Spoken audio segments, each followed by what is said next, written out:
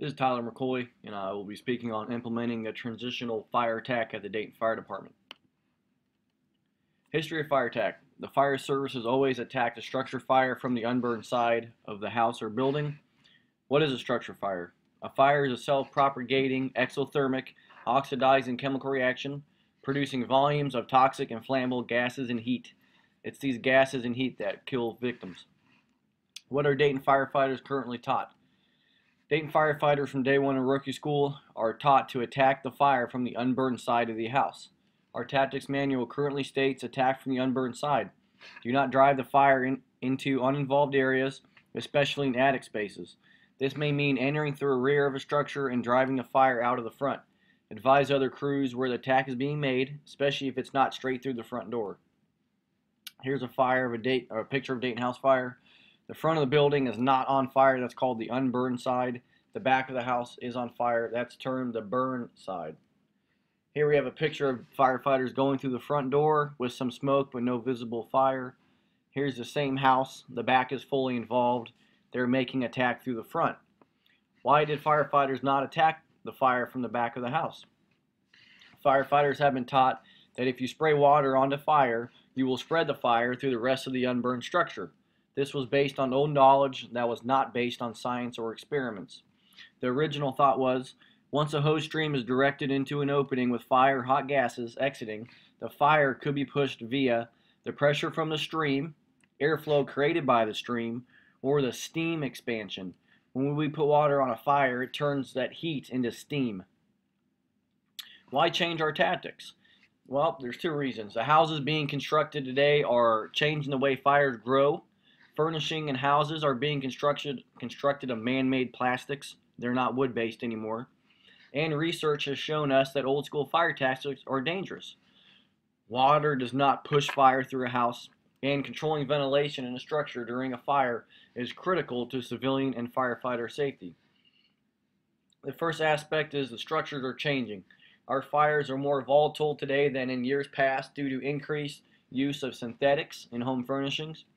Coupled with lightweight building technology and energy-efficient features in homes such as windows, these new fuels have challenged us to reevaluate our best practices for fire extinguishment. Here's a picture of a legacy house, a 1900s house in Dayton, Ohio. It has smaller rooms. The house itself is smaller. The rooms are confined via walls, and all the furnishing is made of natural man-made or wood-based products. The modern house is a lot larger. There's open spaces. There's no walls between rooms. It's made of engineered wood. This collapses a lot sooner in a fire. The materials are made of plastics, all our furnishings, and there's an increased fuel load. We have more things in our house than we used to. With larger homes, these open spaces, increased fuel load, the void spaces, and the changing building materials all lead to faster fire propagation, shorter time to flashover, rapid changes in fire dynamics, shorter escape time, and shorter time to collapse. So we need to change something. What are these consequences due to a modern house?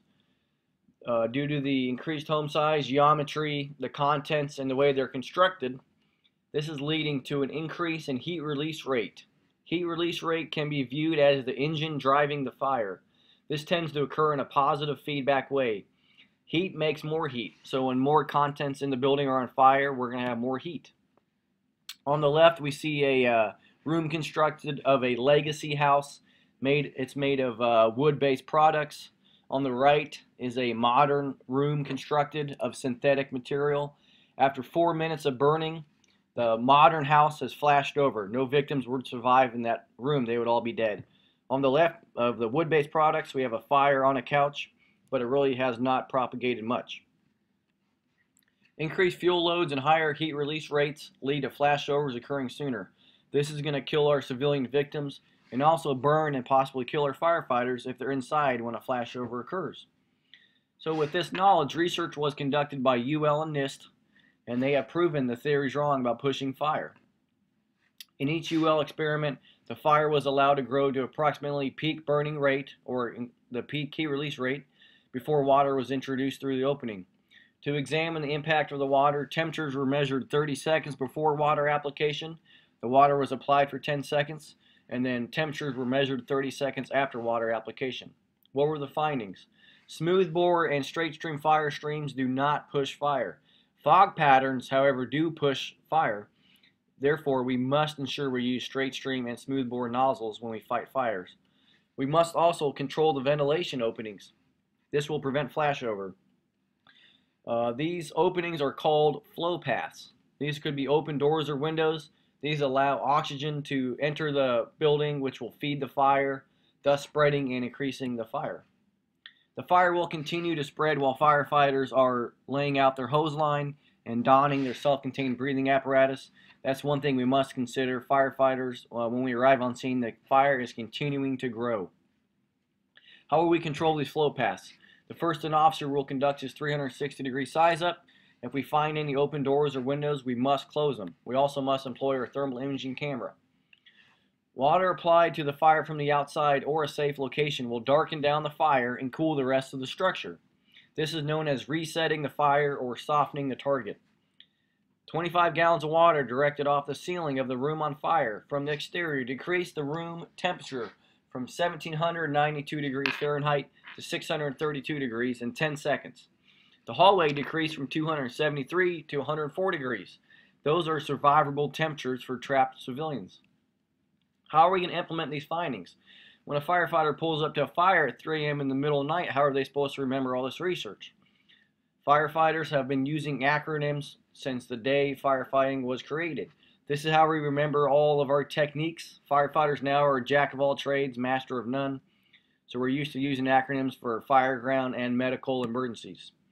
We're going to use the slicers concept. It's a revised structural fire tactic.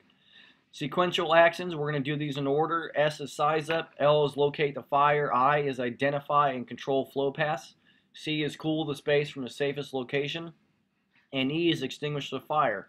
The R and S are actions of opportunity. When we get the chance, we're going to perform them, both rescue and salvage. The first officer is going to perform a size up 360 degree with the thermal imaging camera. We're going to find where the fire is and determine where the fire is traveling to. If we find any flow paths, we're going to control these by shutting any doors or windows, and then we're going to implement our chosen fireground tactic. If we have an offensive attack, we're going to use a transitional attack. If the building is fully involved or unsafe to enter, we're going to use a defensive attack with our master streams and exposure control.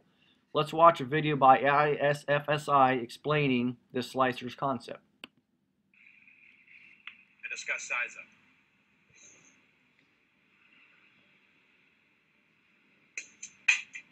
We have become fairly familiar with size-up concepts over the years, and those same themes continue here.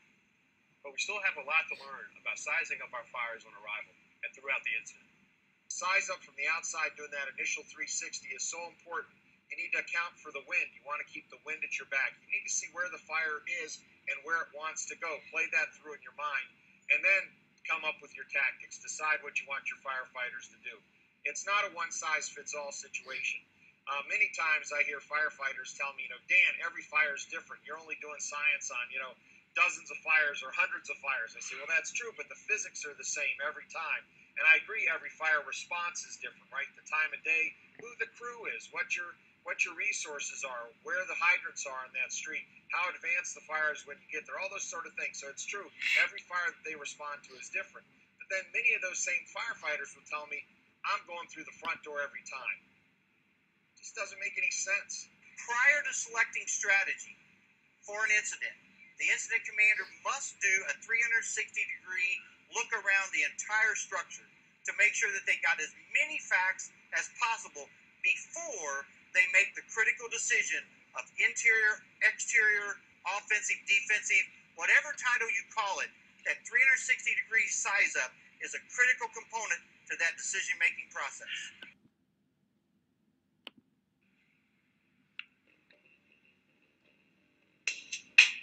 The next step in the sequence is to locate where the fire is in the building. The research has shown us that fires are more likely to go what is called vent limited, meaning that firefighters may not see clear signs of fire when they arrive. Yet the fire may be in the building, just waiting for an unsuspecting firefighter to open a door or a window, giving the fire the air that it has been waiting for to support combustion. During the locate phase of the slicers concept, we encourage company officers to carry the thermal imaging camera on their 360 survey. This allows them to see thermal areas that are normally obscured by smoke. This also allows them to plan for how they will attack the fire. So during the locate the fire step, our goal is to determine where the fire is inside the building, using all of the tools at our disposal. We need to make an assessment of the fire conditions, looking for signs of elevated temperatures in the building, reading smoke conditions, and looking for signs of high pressure. If the signs of a working fire are present, proceed to the next step.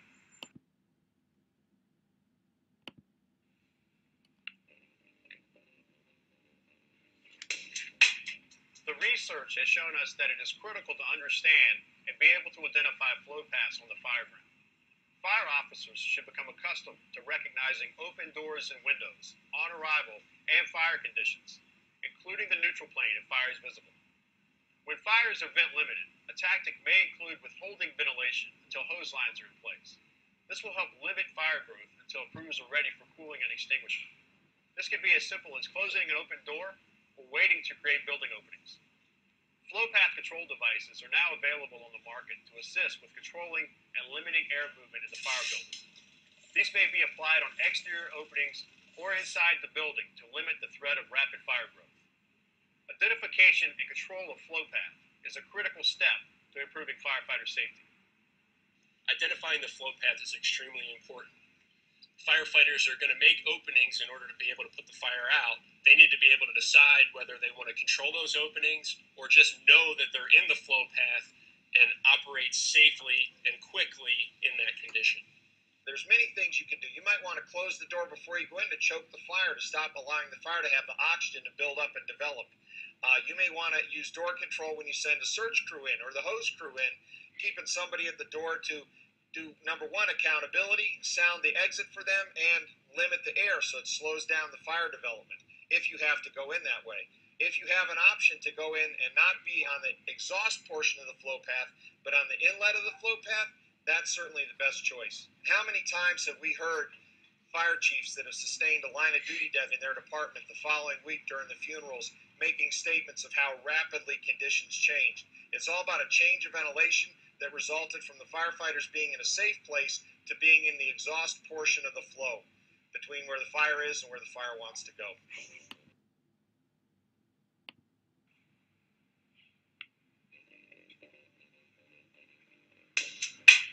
Once the fire has been located in the building and the flow path has been managed, the next step is to cool the superheated compartments and reduce the thermal threat to firefighters via flashover. Using the information gained during size up and the locate the fire step, the company officer determines the best place to cool the fire in a manner that is safe for their crew. This is entirely dependent on the building construction and the fire conditions at that time. There's no such thing as always attack the fire from the outside or the inside. It's the decision that the company officer makes based on the conditions. We have found that in most residential settings, we've been able to apply a fairly direct attack from the exterior.